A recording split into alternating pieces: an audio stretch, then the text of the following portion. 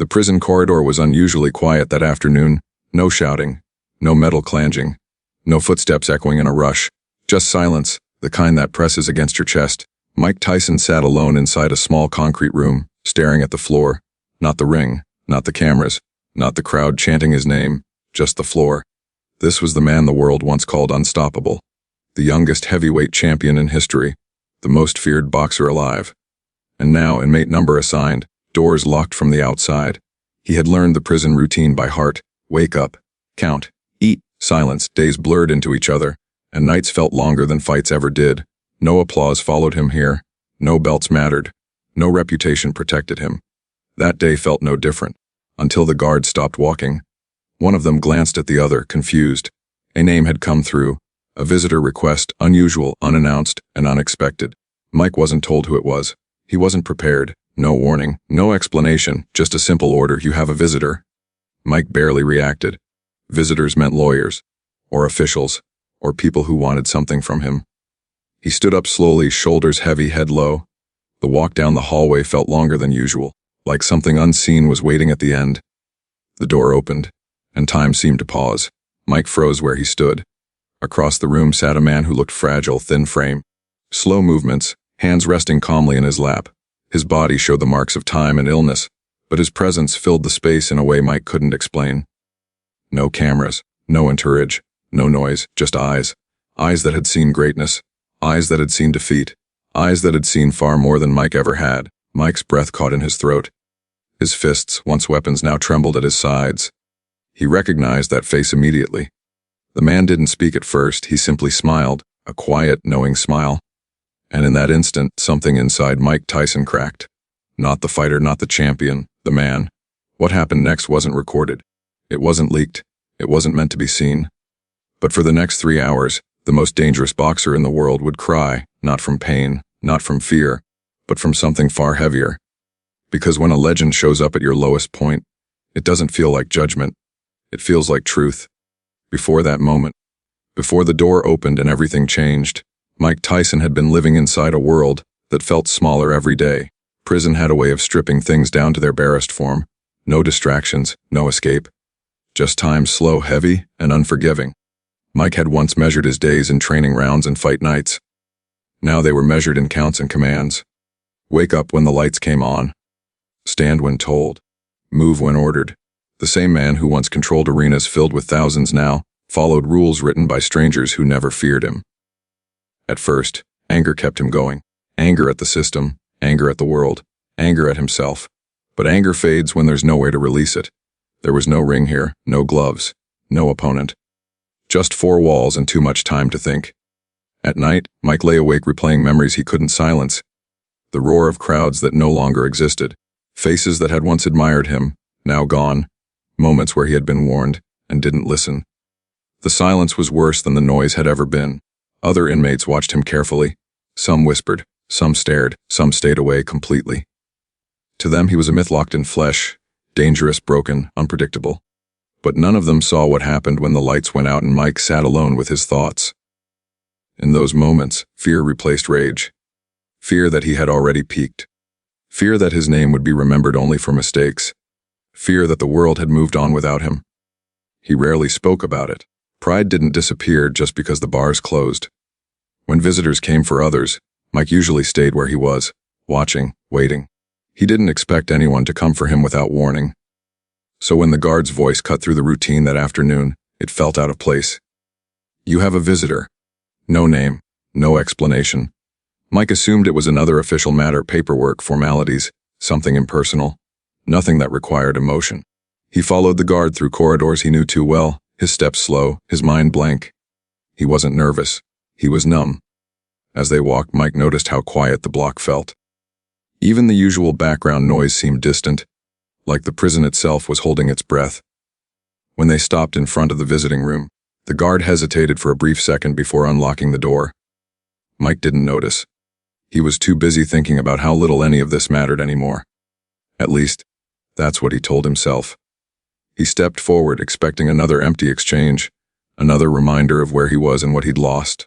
He had no idea that the person waiting on the other side wasn't there to ask questions, wasn't there to judge, and wasn't there by accident. And he certainly didn't know that this visit would change how he saw himself, long before it changed anything else. The man waiting on the other side of that door had not arrived by accident. Long before Mike Tyson ever heard the guard's voice, arrangements had already been made quietly. No announcements, no publicity, no media waiting outside the gates. The request alone had surprised the prison officials. The visitor was elderly, physically weak, clearly unwell. Yet there was something in the way the paperwork was handled that made no one question it for long. Some names didn't need explanation. Even the guards who escorted him spoke in softer tones than usual. Mike, however, knew none of this. As he stood outside the visiting room, his thoughts were elsewhere, drifting through frustration and exhaustion. He had learned not to expect anything meaningful from these encounters. The guard opened the door. Mike stepped inside. At first, he didn't fully register what he was seeing. The room was simple: a table, 2 chairs, harsh lighting, and seated there was a man whose body looked frail, almost fragile, as if the years had weighed heavily on him. His posture was calm, composed, unshaken by the surroundings. For a brief moment, Mike assumed this was some kind of counselor or religious figure, someone sent to speak, to advise, to correct. He almost turned back. Then the man looked up. Their eyes met, and the room changed.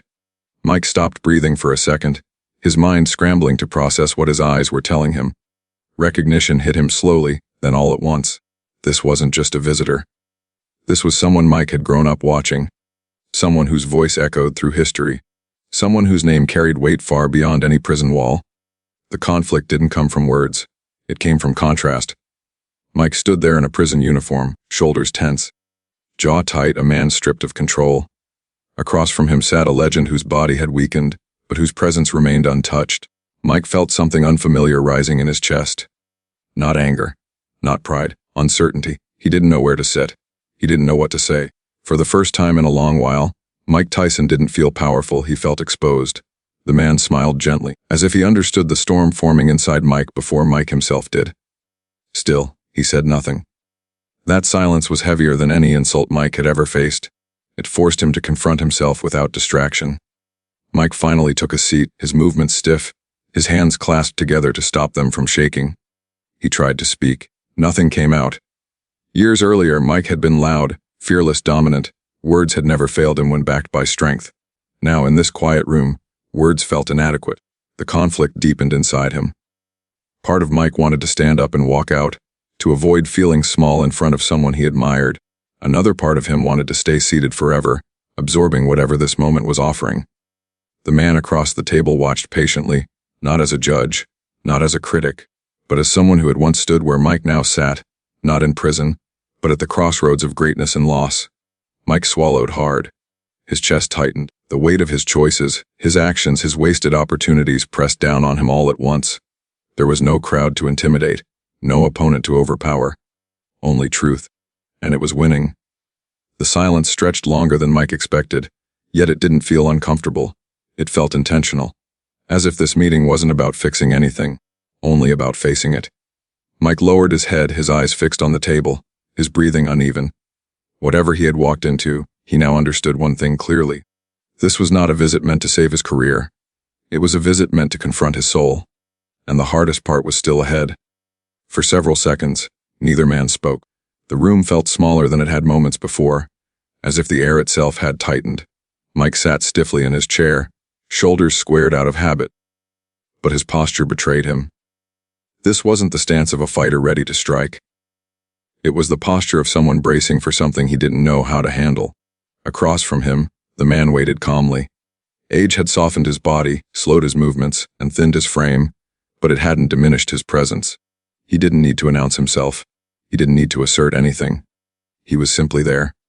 Mike kept his eyes down at first, studying the surface of the table as if it held answers. His hands were clenched together, knuckles tight, fingers pressing into each other to keep from trembling. He felt like a child again, not weak but unsure. The man finally leaned forward slightly, not enough to intrude, just enough to be felt. "Mike," he said softly. Hearing his own name spoken that way did something to him. It wasn't shouted. It wasn't demanded.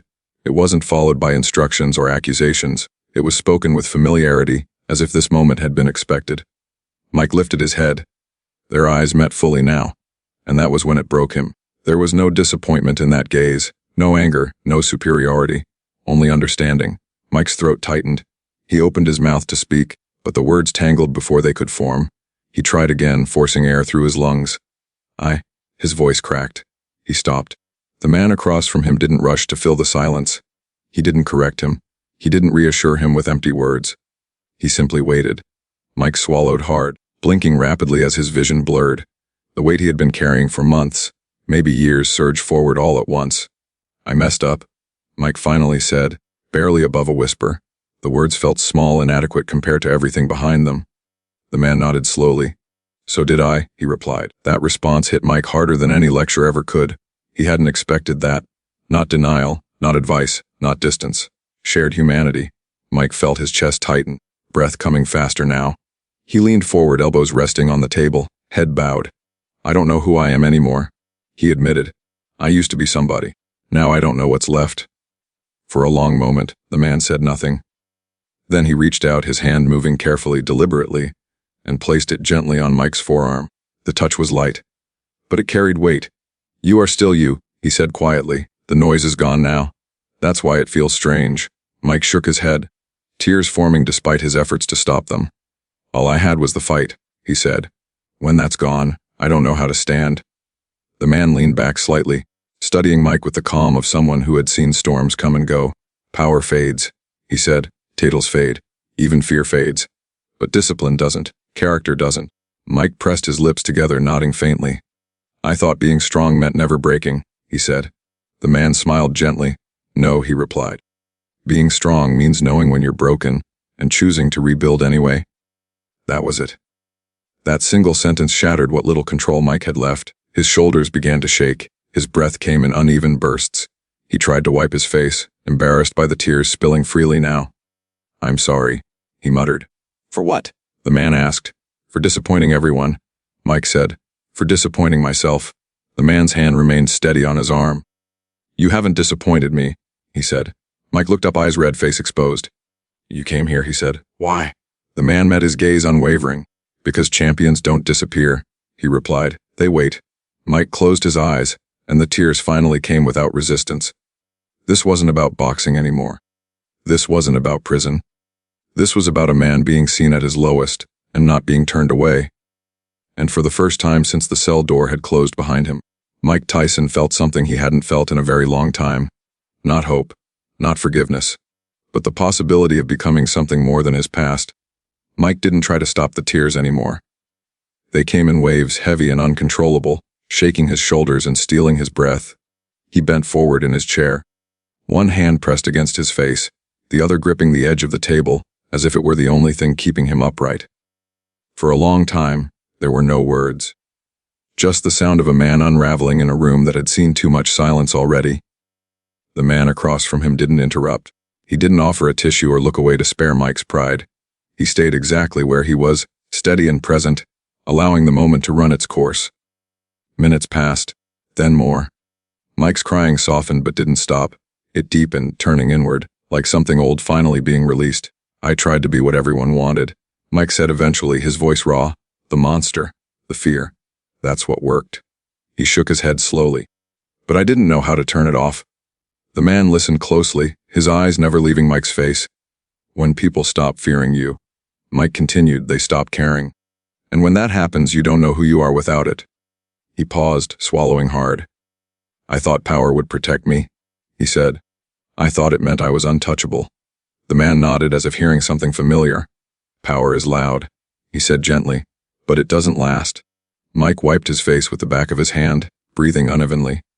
"I don't know how to be quiet," he admitted. The man leaned forward slightly. "Quiet is where you learn," he said. "When the crowd is gone, when the noise fades, that's where truth speaks." Mike closed his eyes, absorbing the words. They didn't feel like advice. They felt like recognition. "I wasted so much," Mike whispered. "Time. Chances, people who cared." He opened his eyes again, looking directly across the table. "What if it's too late?" The question hung in the air, heavy with fear. The man didn't answer immediately. When he finally did, his voice was calm, certain. "It's too late only when you refuse to change," he said. "As long as you're breathing, the fight isn't over." Mike let out a shaky breath. I don't know how to start, You said you already have. the man replied. You're sitting here listening. You're honest. Mike shook his head slightly. That doesn't feel like strength. The man smiled softly. It's the hardest kind, he said. Another wave of emotion surged through Mike, and he covered his face again, shoulders trembling. For hours the pattern continued. Mike spoke, then cried, then spoke again.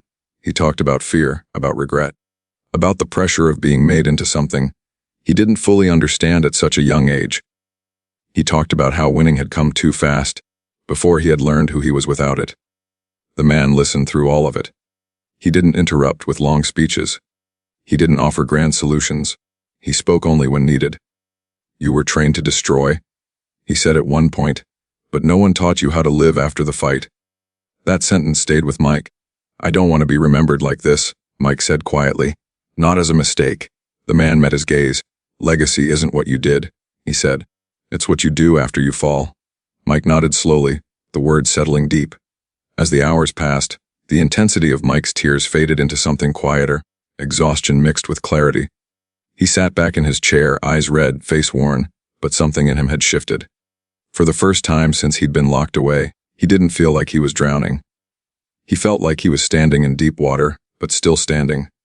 The man glanced toward the door, then back at Mike. I won't always be here, he said, but what you build from this moment forward is yours. Mike straightened slightly.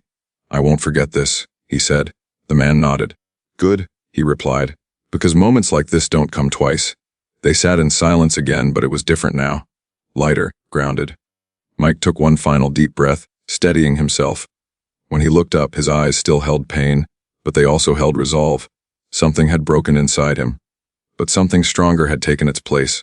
When the visit finally came to an end, there was no announcement, no signal, no formal goodbye. The man rose slowly from his chair, his movements careful, deliberate, as if conserving energy. Mike stood as well, unsure of what to do next, his body still heavy from everything that had been released. For a brief moment, they faced each other in silence. There was nothing left to say. The man gave Mike a final nod, not as a legend acknowledging a fallen fighter, but as one human recognizing another. Then he turned and walked toward the door. Mike watched him leave, feeling an unexpected tightness in his chest. The door closed softly behind him, and just like that, the room felt empty again, but not hollow. Mike remained standing long after the guards returned. They waited, unsure whether to speak. He barely noticed them. Something inside him had shifted, not dramatically, not loudly, but firmly. As he was escorted back through the corridors, the prison felt the same. The walls hadn't moved. The routines hadn't changed. Yet everything felt different. Inmates glanced at him as he passed, expecting the familiar tension, the anger, the guarded stare. But Mike walked calmly, his shoulders relaxed, his gaze forward. That night, inside his cell, he sat on the edge of the bed and stared at the wall. For the first time in months, his thoughts weren't racing. They were focused. He replayed the words again and again, not as commands, not as criticism, but as reminders. Power fades, character doesn't. Mike exhaled slowly. He realized something then. Prison hadn't stripped him of everything. It had stripped him down, and that difference mattered. Over the days that followed, small changes appeared. Not the kind anyone would headline, not the kind that demanded attention, the kind that only showed up in quiet moments. Mike woke earlier. He trained when allowed, not with fury, but with discipline. He listened more than he spoke. Other inmates noticed, so did the guards. There was less tension around him now, less unpredictability.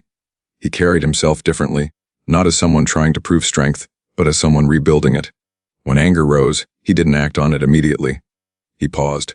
That pause became his new weapon. At night, when memories tried to pull him backward, he didn't fight them with denial. He faced them. He thought about the boy he had been before the fame, before the fear, before the expectations, and for the first time he allowed himself to imagine a future not defined by dominance, but by control. Weeks passed. The visit was never spoken of openly. There were no interviews, no confirmations. Just a quiet understanding that something important had happened. Mike carried it with him, not like a burden, but like a responsibility. He knew the world wouldn't forget his mistakes. He wasn't asking it to. What mattered now was what he did next. He began writing. Short thoughts, reflections, questions he had never allowed himself to ask before. Who am I without the fight? What does respect look like when fear is gone? The answers didn't come quickly, but they came honestly. Mike realized that discipline wasn't about punishment. It was about direction, and direction was something he finally had. When people spoke to him now, he met their eyes without challenge, without threat, just presence. One guard, who had known him since his first days inside, noticed the change clearly. "You seem lighter," he said one evening. Mike nodded. "I stopped carrying things that weren't helping me," he replied. That was the truth. He hadn't been forgiven, he hadn't been freed, but he had been grounded, and that was enough to begin. The visit didn't erase his past, it reframed it. It showed him that falling wasn't the end, refusing to rise was. As Mike lay down that night, the prison noises fading into the background, he felt something unfamiliar but steady. Peace. Not the kind that comes from escape, the kind that comes from acceptance. He closed his eyes, breathing evenly.